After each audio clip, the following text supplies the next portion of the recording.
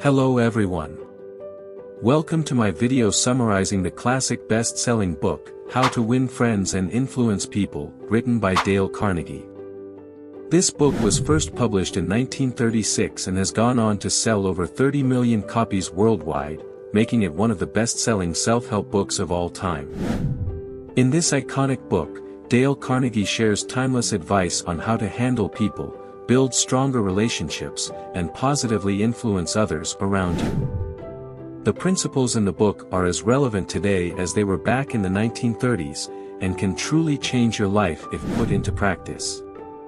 Over the course of this video, I will provide an overview of the key ideas and takeaways from how to win friends and influence people. You'll learn fundamental techniques for handling people effectively, 6 ways to get others to like you, how to properly influence people's thinking, and leadership strategies based on the wisdom from the book. By applying these principles to your daily interactions, you can achieve greater success in both your personal and professional relationships. The advice may seem simple on the surface, but it takes dedication and practice to master these concepts. Fundamental techniques for handling people effectively. The first section of the book covers fundamental techniques for handling people effectively.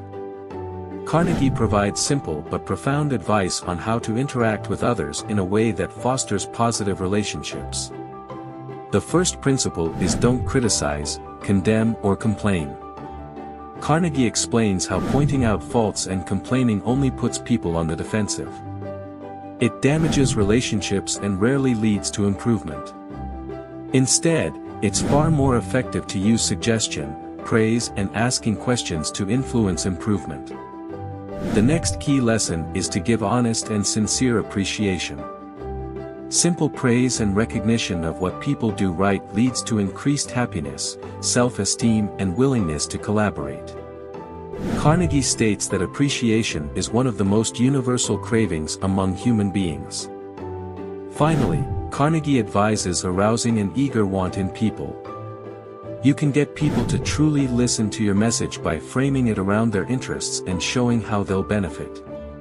Appealing to others' desires and goals causes them to turn their attention and enthusiasm to what you have to say. These 3 fundamental techniques embody the mindset shift required to positively influence others. If you can master criticizing less, praising more, and arousing eager interest, you'll be well on your way to winning friends and influencing people. 6 ways to make people like you. The next section of how to win friends and influence people covers 6 key ways to make people like you. Applying these methods leads to greater popularity and deeper relationships. The first technique is to become genuinely interested in other people. This requires focusing your attention outwardly rather than inwardly. Carnegie suggests talking in terms of the other person's interests and asking good questions to learn about their life. Second is to smile more often. Carnegie states that smiling lowers tensions, lifts spirits, and gives a positive first impression. Smiling shows you're pleased to be in the other person's presence. The third principle is to remember people's names. Carnegie emphasizes using someone's name repeatedly in conversation. Remembering names demonstrates caring, builds pride and shows mental alertness. Another tip is being a good listener.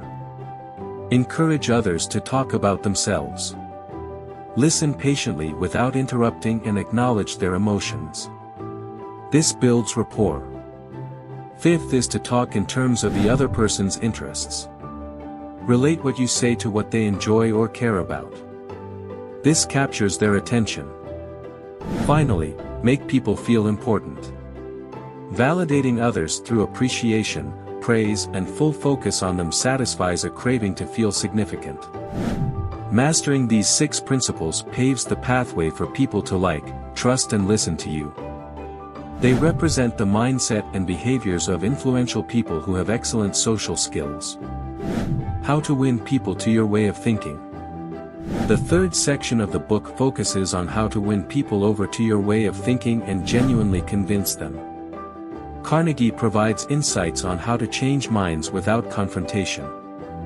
First, he advises avoiding direct arguments and confrontations. Arguing only causes defensiveness and resentment. It's better to acknowledge the other person's position and lead them gently with questions and suggestions. Next, Carnegie stresses showing respect for the other person's opinions. Never tell someone they are wrong directly.